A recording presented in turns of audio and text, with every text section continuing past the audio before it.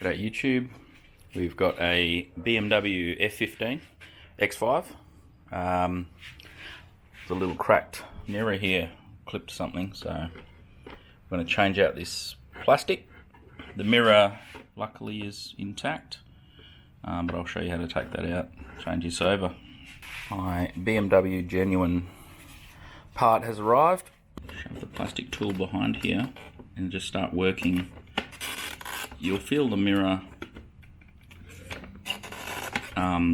you'll feel it start to pop out, but most of the pressure you want on this side. There you go, just heard it pop. So it's got these little arms on the back, you'll see in a circle, and they just grip onto this. The electric motor controls the angle of this, but it's only just lightly gripping on to this rim here. So if you gently work around, start at the bottom corner and gently work around to the top, it'll pop off, and then you'll see the only thing holding it's those wires. You can see the two metal tabs here. The easiest way to remove those is to wiggle them left and right. So yeah, just grab them and wiggle them left and right till they just pop off. You can sort of see their position, which one goes where. And the other one is this little white clip here. Push this black tab down with your screwdriver, little micro screwdriver, and you'll hear a click, and then stick your screwdriver in here and just push it out, and then you can unpull it out of there. You can see the screws, there's about half a dozen. So I'm going to undo this inner piece. So the little bit you'll need is a T10, which you can find in these little kits that probably come in your toolkit. But yeah, T10 is the size.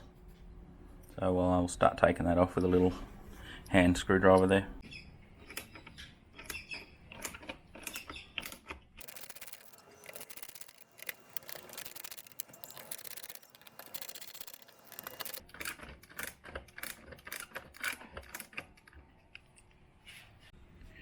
So there's also two little tabs, so you've got to stick your screwdriver in here and lever it to the left, and same as up here, lever it to the left. If you can do that while pulling this out a little bit and just lever those two little tabs, then the rest of the plastic will just pop off, and then we can remove it. Once you pull out the frame that we're replacing, on the inside of some models, you'll see there's a little hazard light there for your blind spot alert. If you have that hazard, then you also have the connector on the inside, which you can undo by pushing the grey tab and lifting, and that will allow you to completely remove the piece that we're replacing here.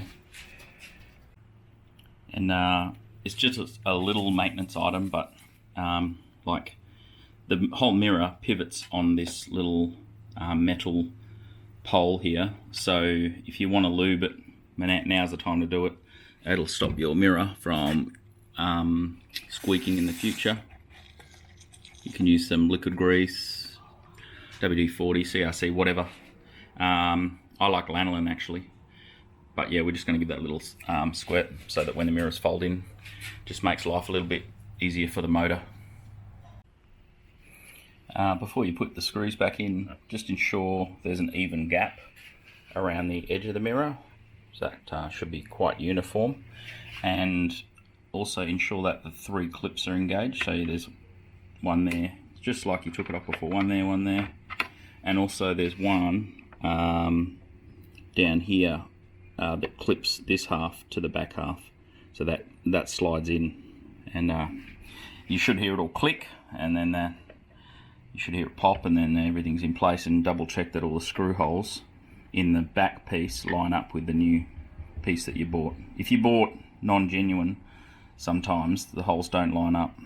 I'm not saying buy genuine, but sometimes buy genuine can help, especially with fitment.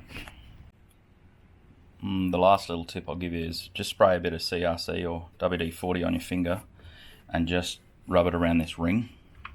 Because that's where the little teeth have to run over and snap and hold the glass onto the the motor there, so if it's got an easy way of snapping on, less chance of breaking the little plastic teeth.